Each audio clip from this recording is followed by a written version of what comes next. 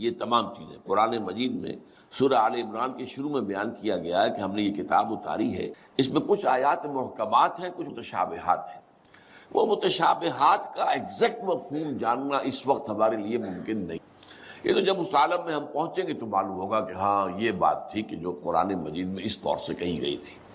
لیکن یہ کہ اس وقت جو ہے جتنا کچھ ہمیں حدیث صحیح میں مل جائے یا قرآن میں، اس عالم برزخ میں بھی یہ تو ہوتا ہے کہ جو نیک لوگ ہیں انہیں کچھ نہ کچھ جو ہے اثرات اچھے ان پر پڑتے رہتے، ان کی ارواح پر، اور کچھ جو برے ہیں ان کے اوپر جو آخری انجام ہونا ہے اس کی کچھ ریفلیکشن ہوتی رہتی ہے، جس کو حدیث میں کہا گیا ہے کہ ہر قبر جو ہے وہ یا تو جنت کے باغیچوں میں سے ایک باغیچہ ہے یا دوزخ کے گڑھوں میں سے ایک گڑھا ہے، یا کہیں کہہ دیا جاتا ہے کہ کھڑکی کھول دی جاتی ہے اس میں، یا جنت کی طرف سے ٹھنڈی ہوائیں آئیں، خوشبوئیں آئیں، اور یا دوزخ کی طرف سے کہ آگ کی لپٹ آئے۔ دوزخ میں داخل ہوں گے قیامت کے بعد ہی، اور جنت میں داخل ہوں گے قیامت کے بعد ہی، لیکن اس کے کچھ آثار پڑنے شروع ہو جائیں، وہ جس کو انگریزی میں آپ کہتے ہیں coming events cast their shadows before, بعد میں آنے والے واقعات جو ہیں ان کے کچھ سائے جو ہیں پہلے سے آنے شروع ہو جاتے ہیں۔ تو اسی طرح سمجھیے کہ جو کچھ آخرت میں کسی انسان کے ساتھ ہونا ہے اس کا ایک عکس جو ہے وہ عالم برزخ میں شروع ہو جائے۔ اسی لیے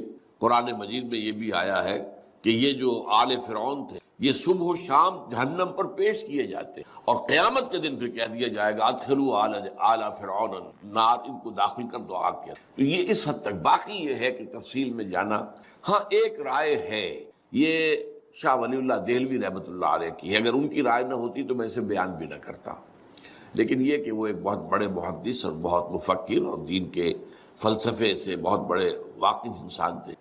انہوں نے کہا کہ جو اولیاء اللہ ہوتے ہیں، اللہ کے نیک بندے، اللہ کے بندے، ان کے انتقال کے بعد ان کی روحوں کو بھی اللہ فرشتوں کے طبقہ اسفل میں شامل کر دیتے۔ یہ فرشتے ہیں نا اس وقت بھی موجود ہیں، ابھی شاید اگلے ہی جمعے میں وہ حدیث جو ہے اس کا بیان آئے گا کہ جب بھی کسی گھر میں، اللہ کے گھر میں کچھ لوگ اس لیے جمع ہوں کہ اللہ کی کتاب پڑھیں اور سمجھیں اور سمجھائیں، تو ان کے اوپر فرشتے گھیرا ان کا ڈال لیتے، اور ان پر اللہ کی طرف سے سکینت نازل ہوتی ہے اور رحمت نازل ہوتی ہے، اور اللہ ان کا ذکر کرتا ہے فرشتوں کے پاس، دیکھو میرے بندے، تم کہتے تھے یہ فساد مچائے گا، دیکھو یہ بھی تو ہے نا جو میرے کلام کو پڑھنے کے لیے میرے گھر میں جمع ہے۔ تو فرشتے ہیں موجود، ہم میں سے ہر ایک کے ساتھ 2 فرشتے موجود۔ تو یہ فرشتہ اسفل ہے، سب سے نیچے، جو دنیا کے کاروبار کو چلانے میں اللہ تعالیٰ کے سول سرونٹس، پھر اس سے اوپر کے فرشتے ہیں، اس سے اور اوپر کے فرشتے ہیں، پھر مقربین ہیں جو اللہ تعالیٰ کے قریب ترین فرشتے ہیں۔ لیکن یہ کہ ملائکہ کے طبقہ اسفل میں شامل کر لیتے ہیں تاکہ جو کام اللہ تعالیٰ ملائکہ سے لیتا ہے وہ ان سے بھی لینے شروع کر دیتا ہے۔ لیکن ہمیں یہ اجازت نہیں ہے کہ ہم فرشتوں کو پکار کر کہیں کہ اے فرشتے، اے جبریل، اے میکائیل، یا فلاں، اے منکر، جو یا میرے جو ہے کرامن کاتبین میرا یہ کام کر، یہ شرک ہو۔ اسی طرح ہو سکتا ہے کہ انبیاء کی ارواح جو ہے وہ بھی اللہ تعالیٰ نے شامل کی ہوئی اس لشکر کے اندر، وہ کام کر رہے ہوں اور وہ اللہ تعالیٰ کے حکم سے مختلف معاملات جو ایگزیکیوٹ کرتے ہوں، لیکن ہم کسی کو پکار نہیں۔ اب یہ نوٹ کر لیجئے، ہدایت و ضلالت اس دنیا میں جو مختلف حالتیں انسان پر طاری ہوتی ہیں، یا نعمتوں کی بارش ہو رہی ہے، یا تنگی ہے، فقر ہے، احتیاج ہے، دنیاوی حیثیت ہے، وجاہت ہے، یا دنیا میں گمنامی ہے، کسنمی پرست کے بھیا کس تھی، کوئی آپ کا حال ہی نہیں پوچھ رہا کہ تم ہو کون، تمہارے منہ میں کتنے دانت ہیں، یا یہ کہ دنیا میں اقتدار کی کسی مسند پر انسان بیٹھا ہے، یا یہ کہ کوئی اس کے ہاتھ میں اختیار نہیں، یہ تمام جو حالات انسان پر طاری ہوتے ہیں، ان کے جواب میں جو طرز عمل فکری اعتبار سے اور عملاً انسان اختیار کرتا ہے، اس کے 4 درجے ہیں۔ پہلا درجہ ہے انتہائی گمراہی، ضل ضلالا بعیدا۔ وہ کیا ہے؟ اگر عزت ہوئی، نعمتیں ملی، فلاں دیوی یا دیوتا کی نگاہ کرم ہے، اس کی کرپا سے یہ ہو گیا، اور اگر کوئی تکلیف آ گئی، مصیبت آ گئی، معلوم ہوتا ہے کہ فلاں دیوی یا دیوتا ہم سے ناراض ہو، یہ کالی دیوی کی طرف سے کوئی مصیبت آ گئی ہے، یا یہ کہ یہ لکشمی دیوی کی نگاہ کرم ہے کہ ہمیں دولت مل گئی ہے۔ یہ تو ہے شرک۔ شرک ہونے کے اعتبار سے یہ ہے ضل ضلالا بعیدا، انتہائی پستی۔ اس پستی سے اوپر آئیں گے تو توحید کی پہلی منزل ہے۔ عزت دی اللہ نے دی، اگر کوئی تنگی آ گئی، فقر، تکلیف، کوئی ذلت، رسوائی، یہ بھی اللہ کی طرف سے۔ ایک اعتبار سے تو انسان ہدایت پر آ گیا، بڑی گہرائی تھی اس گندگی کی، اور اس خباثت کی جو شرک جس کا نام ہے اس سے انسان نکل آیا، نجاست سے۔ توحید تو ہے لیکن ابھی اس میں اس کی گمراہی کا ایک ایلیمنٹ شامل ہے، اور یہ گمراہی سے جب تک آگے نہیں آئے گا، اوپر نہیں ابھرے گا، اس کا طرز عمل کیا ہوگا کہ ذرا کچھ مل گیا، عزت مل گئی، پھولے نہیں سما رہے، اب زمین پر قدم نہیں ٹک رہے، گردن اکڑ رہی، کہیں محرومی ہو گئی، کوئی تکلیف آ گئی، کوئی مشقت، فقر آ گیا، اب بجھ کر رہ گئے۔ ان دونوں کیفیات میں انسان کا پینڈولم جو ہے وہ ایکسٹریم کو جائے گا۔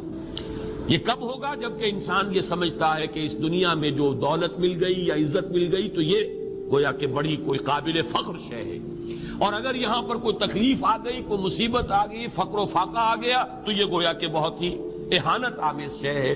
اگر یہ انسان سمجھے گا تو طرز عمل وہ نکلے گا نتیجے کے طور پر جو میں بیان کر چکا ہوں، یہ گمراہی ہے۔ اس گمراہی سے نکلیں گے تو آپ کس مقام پر آئے؟ دوسری منزل ہدایت کی کیا ہے؟ نہ یہ عزت ہے نہ یہ ذلت ہے، دونوں حیثیتیں برابر ہیں کہ یہ امتحان ہے۔ اسی لیے ان دونوں آیتوں میں ایک لفظ قدر مشترک ہے، اذا مبتلاہ فاما الانسان اذا مبتلاہ ربہ فاکرمہ ونعمہ۔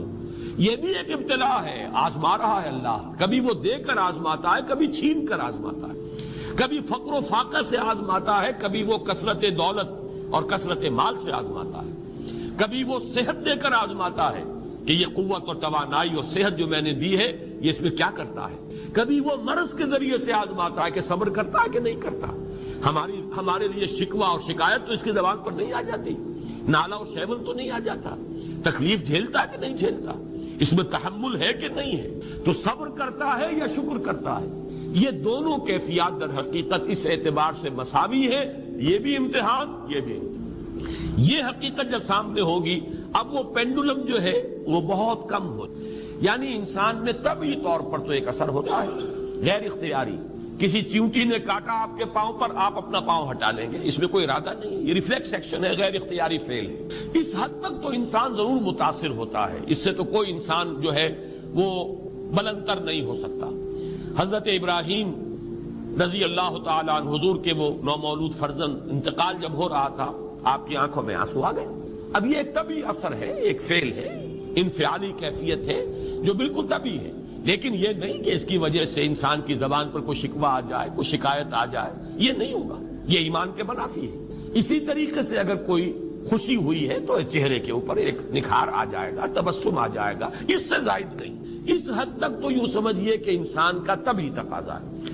اس سے زیادہ یہ پینڈولم اگر سوئنگ کر رہا ہے تو گویا کہ اس حقیقت سے انسان محجوب ہے کہ یہ بھی امتحان ہے، یہ بھی امتحان، جو ہم سورہ حدید میں پڑھ چکے ہیں۔ ما اصاب من مصیبت فی الارض ولا فی انفسکم الا فی کتاب من قبل ان نبراها ان ذلک علی اللہ یسیر لکی لا تعصوا علی ما فاتکم ولا تفرحوا بما آتاکم۔ اللہ تمہیں کچھ دے تو اتراؤ مت، اللہ تم سے کچھ چھین لے تو اس کے اوپر افسوس مت کرو۔ یہ نتیجہ ایمان کا نکلنا چاہیے۔ اگر تمہیں ایمان ہے اللہ پر، اگر تمہیں یقین ہے کہ جو کچھ ہوا ہے اللہ کے اذن کے بغیر نہیں ہوا، اگر تمہیں یقین ہے کہ اللہ نے جو میرے لیے طے کیا ہے اس میں میرے لیے خیر ہی ہے، چاہے فی الحال فی الوقت فوری طور پر مجھے ناگوار محسوس ہو رہی ہے بات، لیکن یقیناً میرے لیے اس میں خیر ہے میرے رب کی طرف سے، کہ ہر چساقی ما ریخت عین الطاف است۔ ہم تو شارٹ سائٹڈ ہیں، ہم دیکھ نہیں سکتے کسی شے کو، ہم اس کے ظاہر کو دیکھ کر گھبرا اٹھتے ہیں کہ یہ تو تکلیف آ گئی، کیا پتا اسی کے پردے میں اللہ کی رحمت آ رہی ہے۔ میں نے وہ رئیس امروہوی کے اشعار آپ کو کئی دفعہ سنائے ہیں۔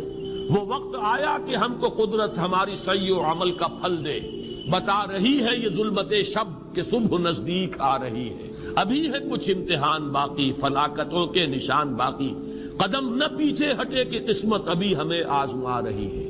رئیس اہل نظر سے کہہ دو کہ آزمائش سے جی نہ ہارے، جسے سمجھتے ہو آزمائش وہی تو بگڑی بنا رہی ہے۔ اسی آزمائش سے تو بگڑی بنے گی، اسی سے تو تمہارا خیر جو ہے اجاگر ہوگا، سامنے آئے گا، پتہ چلے گا who's who, what is what۔ ابو بکر میں کتنا یقین اور ایمان تھا، یہ کیسے معلوم ہوگا؟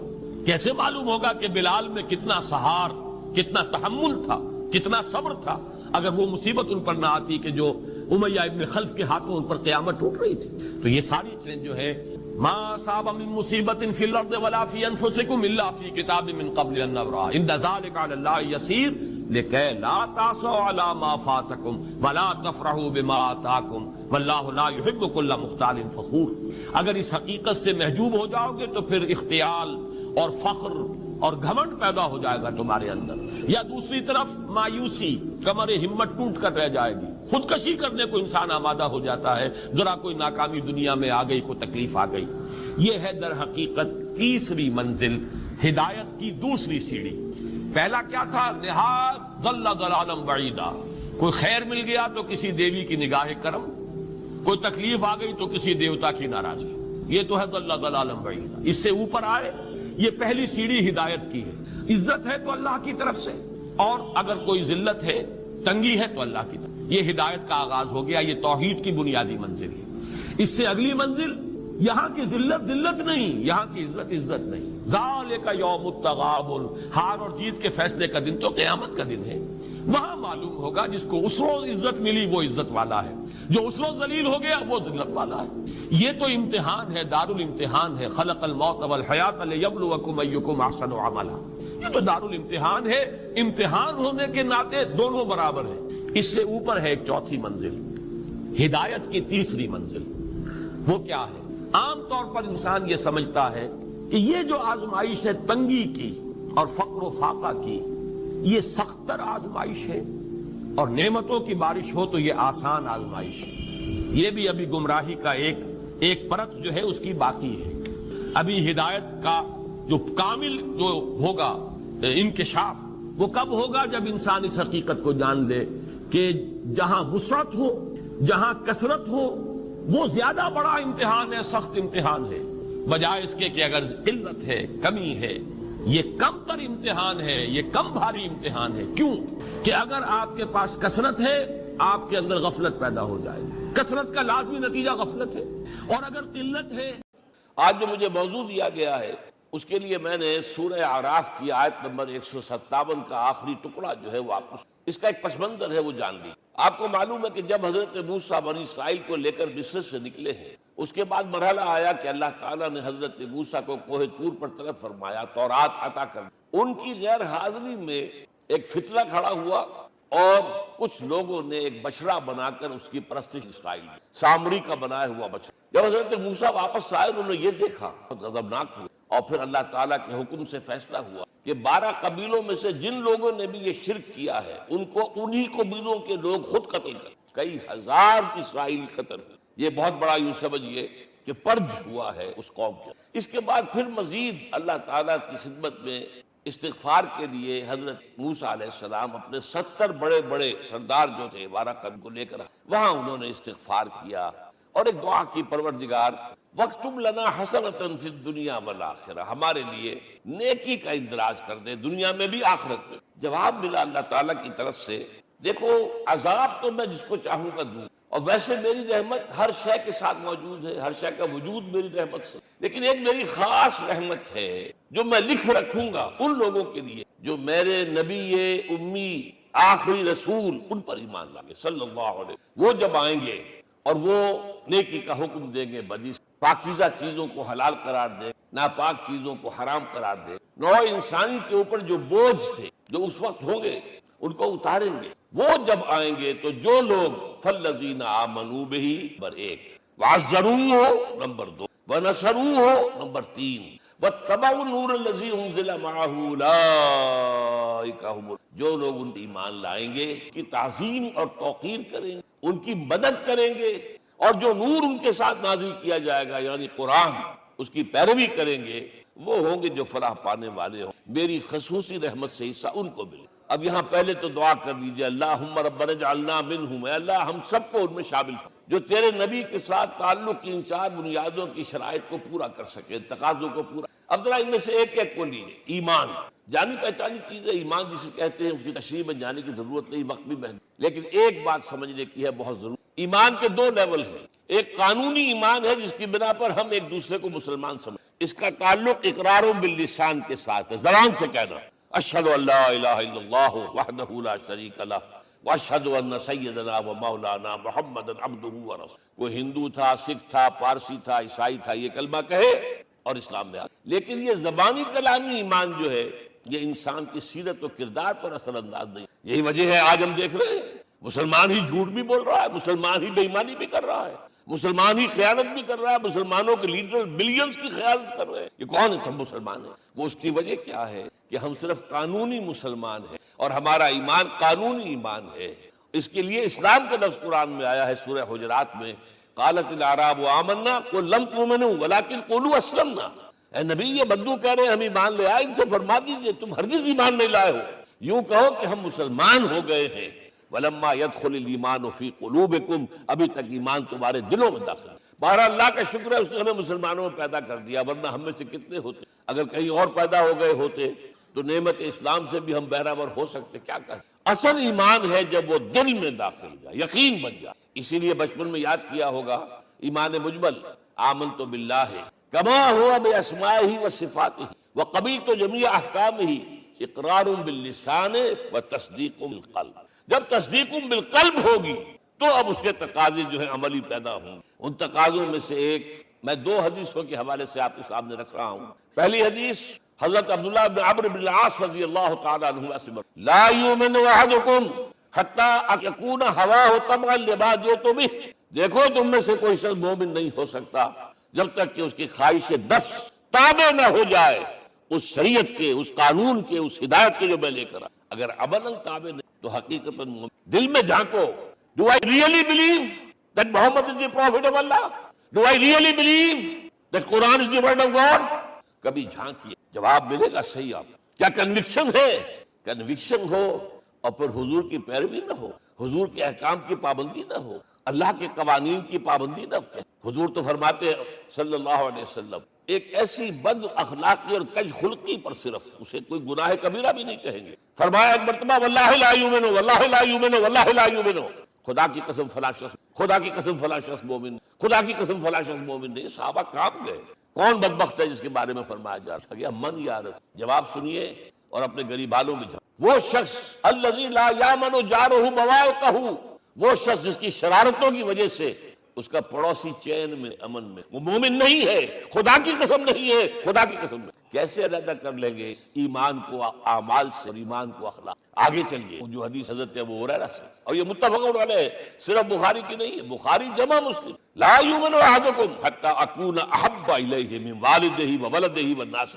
تم میں سے کوئی شخص مومن نہیں ہو سکتا جب تک کہ میں اسے محبوب تر نہ ہو جاؤں، اپنے باپ سے بھی، اپنے بیٹے سے بھی، اور تمام انسان. جھانک لیجیے صورتحال یہ ہے یا نہیں ہے. کیوں محبوب ہو جائیں؟ اس لیے کہ آپ کے ذریعے ہدایت ملے، آپ کے ذریعے ہم اللہ سے جڑے. اور آپ کو معلوم ہے دنیا میں کوئی شاہ ہدایت نہیں، نعمت نہیں ہے جب تک کہ نعمت ہدایت ہو. اگر صحت اچھی ہے، ہدایت نہیں ہے تو بدماشیاں کریں گے. کیا کریں گے؟ آپ کو معلوم ہے صحت اچھی جو ہے کہ جا کے کھپے گی. اگر ہدایت نہیں ہے، اگر دولت ہے، ہدایت نہیں، کیا کریں؟ گلچھرے اڑائیں گے، عیاشیاں کریں گے، لوگوں پر اپنی دولت کا روب گانٹیں گے. اولاد ہے، ہدایت نہیں ہے، یہ اولاد سہان روح بھی بن جائے گی کہیں آپ کے لیے. کوئی شے نعمت نہیں ہے جب تک کہ نعمت ہدایت نہ ہو. اور ہدایت ہمیں ملی محمد الرسول اللہ صلی اللہ علیہ وسلم. تو آپ سے بڑھ کر محبوب کون ہو؟ اس کے ضمن میں ایک بڑا پیارا واقعہ آتا. حضرت عمر سے پوچھ، عمر تمہیں مجھ سے کتنے اندازہ کیجئے کس قدر اپنائیت کسی سے ہوتی ہے تب یہ سوال ہوتا. عمر تمہیں مجھ سے کتنے؟ عرض کیا حضور مجھے آپ دنیا کے ہر انسان سے زیادہ محبت. فرمایا اور اپنی جان سے ذرا سا توقف کیا، دل میں جھانکا. ہاں حضور اب میں یہ بھی کہتا ہوں کہ میری جان سے بھی زیادہ عزیز. آپ نے فرمایا الان عمر اب پہنچے ہو جو مقام درکار ہے، جو مطلوب. تو محبت اس درجے کی، اطاعت اس درجے کی. اگر نہیں ہے تو ایمان نہیں. ہاں قانونی ایمان ہے، اب مسلمان ہے، اللہ کا شکر ہے، بہت بڑا فضل. اب اگلے بات پر آئیے. الضروح، ان کی توقیر، ان کی تعظیم کرے. یہ تعظیم کس درجے؟ اب وقت بہت کم ہے، میں صرف آپ کو سورہ حجرات سے مثال دے. فرمایا گیا یا ایھا الذین آمنوا لا ترفعوا اصواتکم فوق صوت النبی ولا تجہروا لہ بالقول کجہر بعضکم لبعض ان تحبط اعمالکم وانتم لا تشعرون. اے ایمان والو، کبھی اپنی آواز کو حضور کی آواز سے بلند تر نہ کر دینا. کبھی جس طرح بلند آواز سے ایک دوسرے سے بات کرتے ہو ایسے نہ کر بیٹھنا، مبادا تمہارے سارے اعمال حق ہو جائیں اور تمہیں پتہ بھی نہ چلے. تم تو کہو گے میں نے کوئی گناہ کبیرہ تو نہیں، میں نے کوئی ڈاکہ نہیں ڈالا، چوری نہیں کی، کوئی زنا نہیں کیا، کوئی شراب نہیں پی، سوء ادب لا ترفعوا اصواتکم فوق صوت ولا تجهروا له بالقول كجهر بعضكم لبعض ان تحبط اعمالكم وانتم لا تشعرون۔ یہاں ایک میں عملی بات بھی آپ کے سامنے رکھ، صحابہ کے بارے میں تو بات سمجھ میں آ گئی کہ اپنی آوازیں پست رکھ، ہم کیسے کریں؟ ہمارا ایک طرز عمل ہونا، اگر کسی گفتگو میں کوئی شخص کہ حضور نے یہ فرمایا ہے، کبھی یہ نہ کہے میں نہیں مانتا، ہاں توقف کر لیں، بھائی میں تحقیق کروں گا کہ واقعی ٹھیک، ضروری نہیں کہ جو کہہ دے مان لیں آپ، محدثین نے کتنی محنتیں کر کے چھانٹی، لہذا یہ، لیکن فوراً اگر آپ بتا نہیں میں نہیں مانتا، یہ عقل کے خلاف ہے، یہ فلاں ہے، یہ وہ ہے، یہ ہے کہ جو آپ سوء ادب کے نبی اکرم صلی اللہ علیہ وسلم، ہاں توقف کریں، غور کریں، تحقیق کریں، معلوم ہو کہ یہ مستند نہیں ہے، اور یہ جان لیجئے ہمارا جو معاشرہ ہے اس کا ایک قانونی جو ہے احاطہ ہے، یہ بھی سورہ حجرات کی پہلی آیت ہے، یا ایھا الذین آمنوا لا تقدموا بین یدی اللہ ورسولہ، اللہ اور اس کے رسول کے احکام کا دائرہ ہے، اس کے اندر اندر رہو، باہر نہیں نکل سکتے، لیکن اس دائرے کے اندر ایک مرکزی شخصیت جس کی دل آویزی، جس کا حسن سلوک، جس کا حسن کردار، جس کا حسن اخلاق مرکز بن جائے، تمام لوگوں کی جذباتی محبت کا مرکز بن جائے، اگر یہ نہیں ہوگا تو معاشرہ مضبوط نہیں، محض قانون اور دستور پر معاشرہ مضبوط، کسی شخصی، اب آپ کو معلوم ہے آخر ہندوستان کے معاشرے میں گاندھی کا ایک مقام ہے کہ نہیں، آخر یہ سارا معاملہ چل رہا ہے اسی کے گرد، ماؤ زے تونگ کے معاملہ ہے کہ نہیں، یہ سارا معاملہ دنیا، عام لوگ کہہ دیتے ریشنلسٹ لوگ کہ ان چیزوں کی کیا ضرورت ہے، بھئی قانون دیکھنا چاہیے، دستور دیکھنا چاہیے، حکم، جذباتی معاملہ، کہ ایک ہستی تو ایسی ہو کہ جس کے کچھ کہنے پر فوراً زبانیں بند ہو جائیں، اور اس کا نقشہ میں سعودی عرب میں دیکھتا ہوں، اگر وہاں کے دو بندو لڑ رہے ہوں صف اور ایک دوسرے کو کھانے کو دوڑ رہے ہوں، کوئی شخص کہتے صلی علی النبی، فوراً خاموش، معلوم ہوتا ہے آگ کے اوپر کسی نے پانی ڈال دیا، خاموش، صلی علی النبی، صرف یہ کہہ رہے، یہ جذباتی وابستگی اگر محمد صلی اللہ علیہ وسلم، تو آپ کا معاشرہ کبھی یہ مرکزی شخصیت، یہ مرکز ہے، اسی لیے ان کے احترام کا یہ درجہ ہے، کیونکہ اس سے کیا ہوگا، تمہارا شیرازہ بکھر جائے گا، اگر ان کے ساتھ جذباتی محبت نہیں ہوگی تمہارا شیرازہ، یہ آیا معاملہ۔ اب میں آپ کو بتانا چاہتا ہوں، تہذیب ہمارے ہاں اصل میں بدقسمت، ہم سیرت کی تقریریں کرتے ہیں، حضور کی عظمت بیان کرنے کی کوشش، کچھ لوگ تو خیر حضور کی زلفیں ہیں، حضور آنکھیں ہیں، حضور کی کملی ہے، حضور کا سایہ نہیں تھا وغیرہ، یہ باتیں اپنی جگہ ہے ہر چیز، لیکن یہ جان لیجئے حضور کی اصل عظمت ایک نبی اور رسول کی حیثیت، اور وہ شے وہ ہے جہاں جبرائیل کے بھی پر جل رہے ہیں، اس کی حقیقت کون جانتا؟ میں ایک مثال دے رہا ہوں آپ کو کہ حضور 100 میں وصال رکھا کرتے تھے، آج روزہ رکھا، شام کو افطار نہیں کیا، رات کو چل رہا ہے روزہ، اگلے روز پھر وہ کنٹینیو کر رہا ہے شام تک، 2 دن کا 100 میں وصال، 3 دن کا بھی رکھتے، صحابہ نے اجازت چاہیے، حضور ہمیں بھی اجازت نہیں، حضور آپ تو رکھتے ہیں ہمیں منع کرتے ہیں، اب سن، ایکم مثلی، تمہیں سے کون ہے مجھ جیسا، ابھی تو اندر ربی، میں تو اپنے رب کے پاس رات گزارتا ہوں، ہوا یطعمنی ویسقین، وہ مجھے کھلاتا اور پلاتا، کیا سمجھیں گے ہم، کیا ہماری سمجھ میں آئے گا؟ یہ معاملہ نبوت کے جو اسرار اور رموز ہے، مقام اور مرتبہ ہے، وہ کوئی نبی پہچان سکتا، غیر نبی تو پہچان ہی نہیں سکتا، ایک ڈاکٹر کا کیا مقام ہے اپنے فن میں، وہ کوئی ڈاکٹر نہیں سمجھ سکے گا، غیر ڈاکٹر کہاں سمجھ، اور حقیقت میں وہی سمجھے گا جو اس سے بھی اوپر کا ڈاکٹر، نیچے والا تو نہیں سمجھ سکتا، جو کمتر ہے وہ تو صرف اوپر دیکھے گا، اللہ اللہ خیر، جو اوپر ہے اور ظاہر ہے محمد سے اوپر کوئی، یہی وجہ ہے دیکھیے شیخ سعدی کو کیا کہنا پڑا، یا صاحب الجمال و یا سید البشر من وجهك المریر قد نور القمر لا يمكن الثناء كما كان حقه بعد خدا بزرگ توئی قصہ مختصر، اے محمد صلی اللہ علیہ وسلم آپ کی ثنا جیسے کہ حق ہے ہو ہی نہیں سکتی، غالب اس سے بھی آگے گیا ہے، میں بات ابھی آپ کو سناتا ہوں، آپ کی ثنا کا حق ادا ہو ہی نہیں سکتا، بس ہم یہ جانتے ہیں اللہ کے بعد آپ کا مقام، غالب جو آگے گیا ہے کہتا ہے غالب ثنا خواجہ بیزداں گذاشت کہاں ذات پاک مرتبہ دان محمد، اے غالب ہم نے تو حضور کی ثنا تو اللہ کے حوالے کر دی ہے، اس لیے کہ وہی ذات پاک جانتا ہے مرتبہ محمد کا کیا ہے صلی اللہ علیہ وسلم، ہم بیان کرنے کی کوشش کریں گے تو توہین کر بیٹھ۔ ایک لطیفہ ہے، ایک بیچارہ کوئی دیہاتی کہیں پھنسا ہوا تھا کسی جگہ، تھکا ہوا چل رہا تھا، ڈپٹی کمشنر صاحب جا رہے تھے، کار میں بٹھا لیا، اب اس نے کہا پتر تینوں اللہ پٹواری کرے، اب اس غریب کے جو ہے اس کے ذہن میں تو پٹواری سے اوپر تو کچھ ہے ہی نہیں، اس کے قلم سے جو ہے ادھر کا انتقال ادھر ہو گیا، ادھر کی ادھر چلی گئی، تو ڈی سی کو وہ تعریف کر رہا ہے اپنے سمجھ کے مطابق پٹواری کرے، تو ہم کہیں پٹواری والا معاملہ نہ، ہاں ایک پہلو ایسا ہے اس کے حوالے سے حضور کی عظمت ہماری سمجھ میں آئے گی، حضور ایک انسان کی حیثیت سے کیا تھے، ایک باپ کی حیثیت سے آپ کا کیا طرز عمل، ذرا یاد کیجئے، جگر گوشہ رسول حضرت فاطمہ بطول رضی اللہ تعالیٰ عنہ وہ حاضر ہو گئی، ابا جان دیکھیے چکی پیس پیس کر یہ گھٹے پڑ گئے میرے ہاتھ میں، یہ کنویں سے پانی لاتی مشکیز ہے کہ یہاں پر بندیاں پڑ گئی۔ حضور اب تو عام لوگوں پر بھی آسانی ہے کہ ہاں غلام آ گئے ہیں، کنیزیں آ گئی ہیں، مال و دولت، مجھے بھی کوئی غلام کر۔ اور آپ کو معلوم ہے یہ لخت جگر نور چشم محمد کی سب سے پیاری بیٹی صلی اللہ علیہ وسلم، کوئی شک نہیں، فاطمہ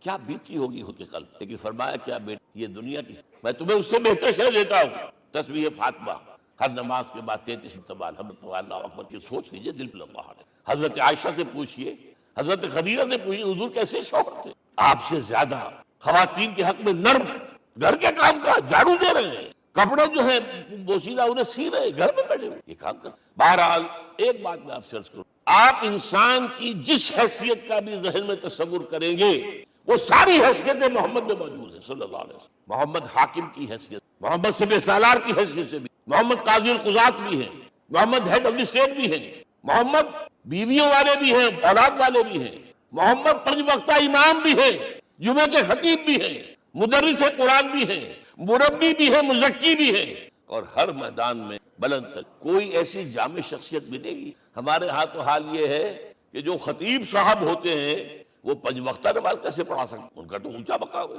5 وقتہ نماز کے لیے تو علیحدہ چاہیے امام آپ کو، اور وہاں بھی ایک امام سینئر ہوگا وہ عشاء مغرب اور فجر پڑھائے گا، ایک جونیئر ہوگا بیچارہ وہ جو خاموش نماز ہے وہ پڑھائے گا۔ 5 وقتہ نماز پڑھا رہے ہیں محمد صلی اللہ علیہ وسلم، اور خطیب مربی بھی وہی ہے، مزکی بھی وہی ہے۔ ہمارے ہاں جو لوگ تزکیہ نفس کے میدان میں ہیں وہ پھر جماعت کبھی نہیں کراتے، کبھی نہیں دیکھا ہوگا آپ نے کسی صاحب کو۔ یہ جامعیت کیوں ہے؟ جامعیت کبریٰ۔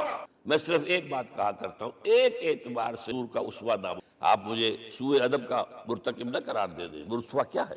عورت کے لیے اس کی اپنی نسوانی زندگی کے لیے اسوہ آپ میں نہیں ہے، آخر نصف انسانیت ہے، اسے بھی یہ ہے جس کی وجہ سے حضور نے شادیاں کی ہیں زیادہ۔ خواتین کے لیے اسوہ حضور کی ازواج مطہرات ہیں، اور ان میں سب سے بڑھ کر جو بالکل یوں سمجھیے کہ آغاز کے اندر نوجوانی میں آ گئی ہیں، نہایت ذہین و فطین، انہوں نے پھر عورت کی حضور کا جو طرز عمل تھا وہ انہوں نے بیان کیا، اس لیے سورہ احزاب کے اندر اس کا تذکرہ ہے، جہاں یہ آتا ہے لقد کان لکم فی رسول اللہ اسوۃ حسنہ، وہیں پر یا نساء النبی لستن کاحد النساء، اے نبی کی بیویوں تم عام عورتوں کے مانند ہو، تمہیں تو اسوہ بننا ہے امت کے۔ اب اس سے اگلا قدم میں بڑھا رہا ہوں آگے، اور اس کے ساتھ جڑ جائے گی تیسری بات کیا ہے، وَنَصَرُوهُ، اس کی مدد کریں صلی اللہ علیہ وسلم۔ پہلی بات تو یہ نوٹ کیجئے، حضور انتہائی غیور تھے، انتہائی غیور۔ یہ کہا جاتا ہے کہ اگر حضور گھوڑے اس میں سوار ہوتے تھے اونٹ پر اور آپ کا کوڑا نیچے گر گیا تو آپ یہ کسی سے نہیں کہتے تھے کہ ذرا یہ میرا کوڑا مجھے پکڑا دینا، یہ بھی گوارا نہیں تھا، آپ اونٹ بٹھا کر اتر کر اپنا کوڑا خود اٹھا، کسی سے اپنے ذاتی کام کے لیے کوئی مدد مانگنا امکان ہی نہیں۔ بلکہ ایک واقعہ تو وہ ہے جب بھی میں تذکرہ کرتا ہوں میری آنکھوں میں آنسو آ جاتے، یہ ہجرت کے وقت کا واقعہ ہے۔ آپ کو معلوم ہے حضور نے تمام مسلمانوں کو مکے سے جانے کی اجازت دے دی، چلے جاؤ مدینے، چلے جاؤ، آپ خود تھے موجود، اس لیے کہ رسول اپنے مقام کو وداؤٹ ایکسپریس پرمیشن فرام اللہ سبحانہ وتعالی۔ اب حضرت ابوبکر پوچھ رہے ہیں حضور اجازت آ گئی؟ نہیں آئی، آ گئی نہیں آئی، دن گزر۔ حضرت عائشہ کی روایت ہے کہ ایک روز ہم نے دیکھا دوپہر کے وقت آ رہے ہیں حضور، کپڑے سے اپنا سر جو ہے ڈھانپا ہوا ہے۔ عرب میں دوپہر کے وقت وزٹ کرنا جو ہے یہ ان کے خلاف، ان کی تہذیب، یہ قیلولے کا وقت، تو حیران ہوئے، آتے ہی فرمایا ابوبکر کی اجازت۔ اب انتہائی اور بڑی امید کہ بڑی شاباش ملی۔ حضرت ابوبکر فرماتے ہیں، عرض کرتے ہیں حضور میں نے 2 اونٹیاں تیار کر رکھی ہیں، خوب کھلا پلا کے انہیں فرما کیا ہوا ہے، یہ ہجرت میں ہمارے کام آئے گی، تو تھوڑا سا توقع فرماتے، ایک میں استعمال کروں گا لیکن کی قیمت۔ حضرت ابوبکر رو پڑے، حضور مجھ سے یہ مغایرت، سائے کے تناب کے ساتھ رہنے والا، اس سے یہ مغایرت، ذرا سے اشارے پر اپنی کم سن بیٹی پیش کر دی نکاح کے، اس سے یہ مغایرت، رو پڑے۔ حضور کی غیرت تھی۔ اب بتائیے مدد کا کے لیے درکار تھی؟ مدد تھی ان کے مشن کے لیے۔ مشن 2 حصوں میں تھا، اس کو جانیے، آج کچھ علمی باتیں آ رہی ہیں۔ حضور کے مشن کے 2 حصے، ایک ابتدائی جو تمام انبیاء اور رسول کا تھا، ایک تکمیلی جو صرف محمد کا صلی اللہ علیہ وسلم۔ ابتدائی کیا ہے؟ اللہ کی طرف دعوت، جو دعوت قبول کر لے ان کے لیے بشارت کہ تمہارے لیے آخرت میں جنت، رد کر دے ان کے لیے نذیر، خبردار کر، داعی اللہ، اللہ کی طرف بلانے والا، سراجا منیرا، روشنی کے چراغ۔ یہ حیثیتیں مشترک ہے تمام انبیاء، تمام انبیاء بشیر بھی تھے، نذیر بھی تھے، داعی بھی تھے، سراج بھی تھے، اگرچہ ان تمام حیثیتوں میں بھی حضور کا سب سے اونچا مقام علیحدہ نہ، لیکن حیثیتیں بنیادی طور پر مشترک، ایک حیثیت تکمیلی، اور وہ کیا ہے؟ اے نبی جو دین آپ کو دیا گیا ہے صرف تبلیغ نہیں، صرف تعلیم نہیں، اس کو قائم کر کے دکھاؤ نظام زندگی کی حیثیت۔ 3 مرتبہ قرآن میں یہ الفاظ حضور کے لیے آئے ہیں، هو الذی ارسل رسولہ بالہدی ودین الحق لیظہرہ علی الدین کلہ۔ 3 دفعہ سورہ توبہ میں یہ الفاظ آئے، سورہ صف میں یہ الفاظ آئے، سورہ فتح میں یہ، وہی اللہ جس نے بھیجا ہے اپنے رسول صلی اللہ علیہ وسلم، الہدا قرآن حکیم، ہدایت کاملہ، اور نمبر 2 دین حق۔ یہ 2 چیزیں دے کر بھیجا، کس لیے؟ تاکہ اس دین کو غالب کرے پورے نظام زندگی پر۔ یہ معاملہ ذرا، اور یہ حضور کے لیے 3 دفعہ، اور کسی اور نبی کے لیے 1 دفعہ بھی نہیں۔ قرآن مجید کے اس نقصان کر لیا۔ اصل میں یہ کیا ہے، اسے ہم ایک ہے نبوت و رسالت، ایک ہے تکمیل نبوت و رسالت۔ ہمارے ہاں ختم نبوت کے اوپر تو زور دیا گیا ہے، اور صحیح دیا گیا ہے، ایمان کا ہمارا جز۔ حضور کے بعد کسی نے بھی دعویٰ کیا نبوت کا، وہ جھوٹا کذاب دجال، جس نے مانا وہ بہرحال دائرہ اسلام سے خارج ہے، اور جو بھی کچھ ہوا کرے۔ یہ چونکہ قانونی بات تھی اس لیے اس کا حق ادا کیا علماء کرام نے، واقعہ یہ ہے کہ اس میں کوئی کمی نہیں، لیکن حضور کی فضیلت اس میں نہیں ہے۔ فرض کیجئے کہ نبوت چلی آ رہی تھی ہموار طور پر، ایک جگہ آ کے ختم ہو گئی، تو فضیلت کون سی؟ نہیں، نبوت و رسالت تدریجاً ترقی کرتے ہوئے اپنے نقطۂ عروج کو پہنچ کر ختم ہوئی، یہ ہے فضیلت۔ اب آپ سوچئے، الہدا دیا گیا حضور کو، تو کیا تورات میں ہدایت نہیں تھی؟ سورہ اعراف کی آیت ہے، سورہ مائدہ کی، انا انزلنا التوراۃ فیہا ھدی ونور، ہم نے نازل کی تھی تورات، اس میں ہدایت بھی تھی، نور بھی تھی، ہم مانتے ہیں اللہ کی کتاب تھی۔ وہی فرمایا ہے انجیل فیہا ھدی ونور، اس میں ہدایت بھی تھی، نور بھی تھی۔ پھر یہ الہدا قرآن آیا، یہ کیا ہے؟ ہدایت نے درجہ بدرجہ ترقی کرتے ہوئے قرآن میں آ کر کامل ہو گئی، ہدایت کامل۔ وجہ کیا ہے؟ انسان کا شعور بھی تو درجہ بدرجہ بڑھا ہے۔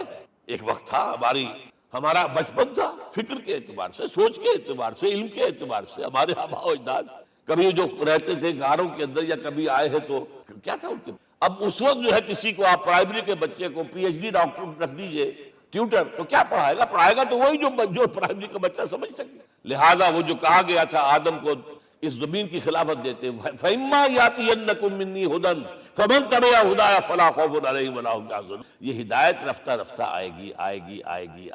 اور یہ بات جان لیجئے، پروفیسر ڈاکٹر محمد شریف نے جو کتاب لکھی ہے فلسفے کی تاریخ، اس میں بتایا ہے کہ 1200 برس انسانی تاریخ کے بہت ہی پروڈکٹیو فلسفیانہ فکر کے لیے، from 600 BC to 600 AD، 1200 year, سارے فلسفے اسی میں پیدا، سقراط، مختار، افلاطون، اور یہ سب نکل گئے، اور کنفیوشس بھی آ گیا، تاؤ بھی آ گیا، اور بدھ بھی آ گیا، جین بھی آ گیا، سب آ گئے۔ گویا کہ انسان جب کچھ سوچ سکتا تھا، جتنا سوچ سکتا تھا سوچ چکا۔ اور یہ بھی سنا دوں، حضرت عیسیٰ نے کہا تھا اپنے حواریوں سے، ڈپارٹنگ جو میسج، مجھے ابھی تم سے اور بھی بہت باتیں کرنی تھیں، لیکن تم ان کا تحمل نہیں کر سکو گے، جب وہ فارقلیت آئے گا صلی اللہ علیہ وسلم تو تمہیں سب کچھ بتائے۔ لہذا جب انسان بلوغت کو پہنچا ہے فلسفیانہ فکر کے اعتبار سے، تب، اور یہ بھی نوٹ کر لیجئے، بہت اہم بات کہہ رہا ہوں، چند مہینے غار ہرا کی تنہائیوں میں اللہ تعالیٰ نے حضور کو وہ سارا ذہنی سفر طے کرا۔ کیا کرتے تھے حضور جا کر غار ہرا میں؟ کبھی سوچا آپ نے؟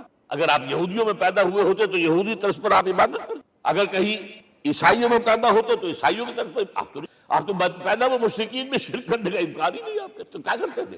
حدیث کے الفاظ یہ یتحنث فیہ، وہاں جا کر عبادت کر۔ اب شارحین حدیث نے بہت عمدہ لکھا ہے، کان صفت تعبدہ فی غار حرا التفکر والاعتبار، غار حرا میں آپ کی عبادت فکر، غور و فکر، تفکر و اعتبار، جس کی میں تعبیر یہ کر رہا ہوں، جس کو کہا کبھی اکبر الہ آبادی نے، خدا کے کام دیکھو بعد کیا ہے اور کیا پہلے، نظر آتا ہے مجھ کو بدر سے غار حرا پہلے۔ تم غار حرا کو نہیں جانتے، مصطفیٰ اندر حرا خلوت گزید، قوم آئین و حکومت آفرید۔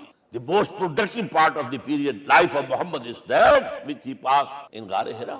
فکر کی ساری جو ہیں بلندیاں طے کی، تب آیا ہے اقرا بسم ربک، اب اللہ کا الہدا شروع۔ اچھا، اسی طرح نمبر 2، دین حق مکمل ہوا ہے، ورنہ جب ہم کبھی غاروں میں رہتے تھے کسی میونسپلٹی کا بھی سوال نہیں، نظام کسے کہیں گے؟ پھر یہ ہے کہ قبائلی نظام آیا، چلیے ایک شیخ ہے اس کا کہنا ماننا ہے، سب کچھ نظام تو بن گیا نا، اور نظام جہاں آئے گا جکڑ بندی ہو جائے گی۔ اب تم فلاں قبیلے کے شخص ہو، اس کا قبیلے کا سردار یہ، تمہیں حکم ماننا پڑے گا، اس قبیلے کی روایت یہ ہے، تمہیں پیروی کرنی پڑے گی، you have to do it whether you like it or not. پھر آپ کی سٹی اسٹیٹس وجود میں آئی، پھر امپائرز وجود میں آ گئے، 400-500 برس سے رومن امپائر، 400-500 برس سے ایرانین امپائر عرب کے اوپر ایسے تھی جیسے افغان کے سر کے اوپر بہت بڑا جو ہے پگڑ رکھا ہوتا ہے. کتنا بڑا ہوتا ہے. وہ کسی نے شعر کہا بھی تھا، مجھے تو اب یاد نہیں، کہ سر پہ باندھے ہوئے پورا افغانستان. میرا خیال ہے ضمیر جعفر. تو کیا تھا یہ جزیرہ نما عرب، یہ جزیرہ کہلاتا ہے الجزیرہ. اس لیے کہ نیچے آپ کو معلوم ہے بحیرہ عرب، ادھر جو ہے خلیج آ رہی ہے آخر تک، ادھر سے بحیرہ قلزم جا رہا ہے، اور پھر خلیج عقبہ آ گئی ہے. تو یہ سارا جو ہے جزیرہ نما ہے، اس سے پہلے نہیں سنا. لیکن عرب کے اوپر دو اور ہیں، عراق عرب، شام عرب. عراق عرب پر قبضہ ایران کا، شام عرب پر رومیوں کا. اور جب یہ سلطنتیں بن گئی تو گویا کہ انسان شکل جیب ہے. ظلم، محنت کرے کسان، عیش کرے جاگیردار، اور بادشاہ محل بنائے. لگان وہاں سے آ رہا ہے. از جفائے دے خدایاں کشتے دہقانہ خراب. کرگے پر بیٹھا ہوا کوئی کھدر بن رہا ہے، ٹیکس دو. بادشاہ محل بھی بنائے گا، یاشیاں بھی کرے گا، سارا نسوانی حسن جو ہے کوہ قاف کا لے آئے گا اپنے ہاں، اور پھر فوج بھی رکھے گا. ذرا تم نے گردن اٹھائی تو تمہاری سرکوبی کرنے کے لیے فوج تیار ہے. یہ جب جکڑ بند آئی ہے انسان پر، تب محمد کو دلی بیٹ اسے آزاد کرانے والا دین حق دیا گیا. یہ دین حق قرآن مجید میں اسی لیے کہا گیا، یہ میں کہہ رہا ہوں تکمیل رسالت. الیوم اکملت لکم دینکم واتممت علیکم نعمتی ورضیت لکم الاسلام دین. آج میں نے تمہارے لیے تمہارے دین کو کامل کر دیا ہے. یہ مکمل نظام زندگی ہم نے دیا ہے، پہلے تھا ہی نہیں. لہذا کسی اور نبی سے یہ نہیں کہا گیا کہ اس کو غالب. میں نے آپ کو بتا دیا، نہ نوح، نہ ہود، نہ صالح، نہ ابراہیم، نہ موسیٰ، نہ عیسیٰ. اور حضور سے کہا گیا یہ دین اب غالب کرو. اگر صرف تم کتاب میں لکھ کر دے جاؤ اور اس کے مثال پیش نہ کر سکو، دنیا کہے گی بہت اچھی شاعری ہے. آج بھی آپ کو معلوم ہے دی ریپبلک کتاب زندہ ہے، لیکن آج تک ایک دن کے لیے بھی وہ نظام کہیں قائم ہوا ہے. ہم یہی کہیں گے کہ یہ جو ہے ایک خواب ہے، اللہ اللہ صاحب، اس کے سوا کیا یوٹوپیا ہے. اس نظام کو قائم کر کے دکھاؤ. اب آپ اس کو اینالائز کر لیجئے اچھی طرح. It was the revolutionary role which was assigned to محمد صلی اللہ علیہ وسلم. نظام کو بدلنا، اسی کا نام تو انقلاب ہے. انقلاب کسے کہتے ہیں؟ دنیا میں دو نظام ایک جگہ نہیں ہو سکتے. مذہب 100 بھی ہو سکتے ایک جگہ. مذہب لمیٹڈ ہے، آپ کی ذاتی زندگی، آپ کے کچھ عقائد ہیں، کچھ عبادات ہیں، کچھ رسومات ہیں، کچھ سوشل رائٹس ہیں، یہ ہے بس. تو یہ تو 100 بھی they can coexist. امریکہ میں کتنے ہیں؟ مسلمان گئے مسجدیں بنا لی ہیں، ہندو گئے ہیں مندر بنا لیے ہیں، سکھ گئے ہیں ان کے گردوارے بنے ہوئے ہیں، سلوتے یعنی یہودیوں کے عیسائیوں کے تو بے شمار ہے ہی ہے. لیکن ہے ہم مذہب، لیکن دین تو دو نہیں ہے. یا ڈیموکریسی ہوگی یا بادشاہت ہوگی. ایک تو دو تو نہیں. یا کیپٹلزم ہوگا یا سوشلزم ہوگا، دو تو نہیں ہو. یا تھیوکریسی ہوگی یا ڈیموکریسی ہوگی، دو نہیں ہو سکتے. اور یہ بھی آپ کو معلوم ہے دنیا میں کہیں ویکوم نہیں ہے، نظام کے اعتبار سے کبھی نہیں رہا ہے. ہر ایک نظام موجود ہے. آپ کوئی دوسرا نظام لانا چاہتے ہیں، پہلے اس کو جڑ سے اکھیڑنا پڑے. گفت رومی ہر بنائے کوہنا کا آباداں کنند، تو نہ دانی اولا تعمیر راں ویرا کنند. رومی نے کہا ہے کہ دیکھو اگر کوئی نئی تعمیر تمہیں کرنی ہو تو تم جانتے نہیں ہو پہلے پرانی تعمیر کو گرانا پڑتا. پہلے آپ نظام جڑ سے کھینچ کر پھینکیں گے باہر، تب نظام لائیں گے نا. اور یہ ظاہر بات ہے جو نظام بھی ہے اس کے ساتھ ویسٹڈ انٹرسٹ ہے، اس کے ساتھ پریویلیجڈ کلاسز ہیں.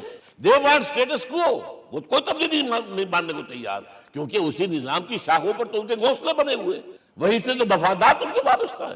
لہذا نظام جو ہے بدلنے کے لیے جانیں دینی پڑتی ہیں، خون بہانا پڑتا ہے، جان جوکھوں کا کام کرنا پڑتا ہے، اس کے بغیر نظام نہیں. اور محمد کا رول صلی اللہ علیہ وسلم، یہ ہے وہ عظمت محمد کی جو انسان نے پہچانی ہے. میں 3 گواہیاں آپ کے سامنے one from the east, second from the west, third کہیں ملوے ہے. یہی لاہور 1920 یہاں ایک بریڈلا ہال ہوتا تھا. اس بریڈلا ہال میں ایم این رائے کی ایک تقریر. And who was M N Roy? Personal friend of Lenin, member of the Communist International. He knew what revolution is. اور اس نے ہسٹوریکل رول آف اسلام تقریر کی لاہور کے اندر. اس نے کہا تاریخ انسانی کا عظیم ترین انقلاب وہ تھا جو محمد نے برپا کیا صلی اللہ. میں تو اس کی ذہانت کی داد دیے بغیر نہیں رہا. اس نے کہا بعض مورخین یہ جو فتوحات کی ہیں صحابہ کرام نے، ان کو سمجھ بیٹھتے ہیں جیسے اٹیلا نے فتوحات کی ہیں یا چنگیز خان نے کی ہے یا کسی اور. کہاں وہ کہاں یہ. وہاں صرف تباہی آتی تھی. اور محمد صلی اللہ علیہ وسلم کے پیروکاروں نے جب دنیا فتح کی ہے، نئی تہذیب دی ہے، نیا تمدن دیا ہے، نیا نظام دیا ہے، روشنی دی ہے، علوم کو تازہ کیا ہے، علوم ایجاد کیے ہیں. یہ ہے وہ انقلاب جو محمد نے برپا کیا. یہ کتاب آج بھی ہندوستان میں چھپتی ہے، بمبئی میں، دی ہسٹوریکل رول آف اسلام. اور میں سمجھتا ہوں کہ ہندو ہے کمیونسٹ ہے اور گواہی دے رہا ہے۔ دوسرا، یہ تو چونکہ بڑی ریسنٹ پاسٹ کی بات ہے، ڈاکٹر مائیکل ہارٹ ایک کتاب لکھتا ہے دی 100، اور اس کا سب ٹائٹل کیا ہے؟ A selection and gradation of the 100 most influential personalities of the human race. پوری انسانی نسل میں سے ان لوگوں کو چن لو جنہوں نے اس کی تاریخ کے دھارے کے رخ کو موڑا، ادھر جا رہا تھا ادھر، ادھر جا رہا تھا ادھر، جن لوگوں نے بھی تاریخ کا دھارا موڑا پہلے سلیکٹ کر لو، سلیکشن 100 آدمی کا ہم آ گئے، اب گریڈیشن ان میں سب سے زیادہ کس نے کیا اور ٹاپ پر لایا محمد کو۔ یہ کتاب تو اویلیبل ہے، پڑھیے۔ اور چونکہ عیسائی ہے اور حضرت عیسیٰ کو نمبر 3 پر لے، غور کی، نمبر 2 پر لایا نیوٹن کو، بابا طبیعیات، اور پھر کہتا ہے نیچرلی آئی او، میں عیسائی ہوں، I am placing Muhammad at 1 at top. How? This is because, یہ لفظ یاد کی، this is because he is the only person supremely successful in both the religious and secular field۔ ذہانت، وہ زندگی جو آج تقسیم کر دی گئی ہے، یہ مذہبی زندگی ہے، یہ سیکولر ہے، یہ ریاست ہے، قانون ہے، یہ ہے، اور اس کو علیحدہ رکھو بھائی، مذہب کو علیحدہ رکھو۔ وہ کہتے ہیں کہ یا تو مجھے ملتا ہے کہ وہ آدمی جو ادھر اونچا ہے تو دوسری طرف نیچا ہے، کچھ بھی نہیں، ادھر اونچا ہے تو ادھر کچھ نہیں۔ روحانیت میں، دین میں، اخلاق میں عیسیٰ سے اوپر کون جائے گا؟ لیکن حکومت میں، ریاست میں کوئی قدم ہی نہیں رکھا، زیرو۔ مذہب کتنا بڑا پیدا کر دیا گوتم بدھ نے، لیکن ریاست، حکومت زیرو۔ اور بڑے سے بڑے جو ہے شہنشاہ اور بڑے سے بڑے کانکرس کوئی چلا آیا ہے۔ آپ سوچئے جو گریک آ رہا ہے، جو سکندر اعظم کہاں سے چل کر مقدونیہ سے کہاں پہنچ گیا؟ بیاس تک۔ اٹیلا کہاں سے پہنچ گیا؟ مشرق سے مغرب تک۔ لیکن مذہب و اخلاق کے اندر زیرو نہیں بلکہ مائنس ویلیو لانی پڑی۔ ایک ہی، آپ کم سے کم give credit to his honesty, ایک ہی انسان، دو ہے ہی نہیں۔ He is the only person supremely successful in both the religious and the secular field۔ اب آئیے تیسری میں گواہی دے رہا ہوں کہ ایسے جو ویسے شاتم رسول ہے، گالیاں دی ہیں اس نے، بدترین گالیاں دی، رقیق حملے جیسے رشدی نے کیے ہیں، ایسے تسلیمہ نسرین نے کیے ہیں، سب اس طرح کے کیے ہیں۔ وہ H G Wells, fiction story writer, historian بھی، 2 کتابیں ہیں اس کی تاریخ پر، تاریخ انسانی عالم، short history of the world and concise history. جو رقیق حملے کیے ہیں میں اس کا ذکر نہیں، اس لیے ذکر اس لیے کر دیا کہ معلوم ہے وہ دشمن ہے، دوست نہیں ہے۔ اگر کسی کا دوست ہوگا تو تعریف کر ہی گئے، وہ دشمن ہے، میں اسٹیبلش کرنا چاہتا ہوں۔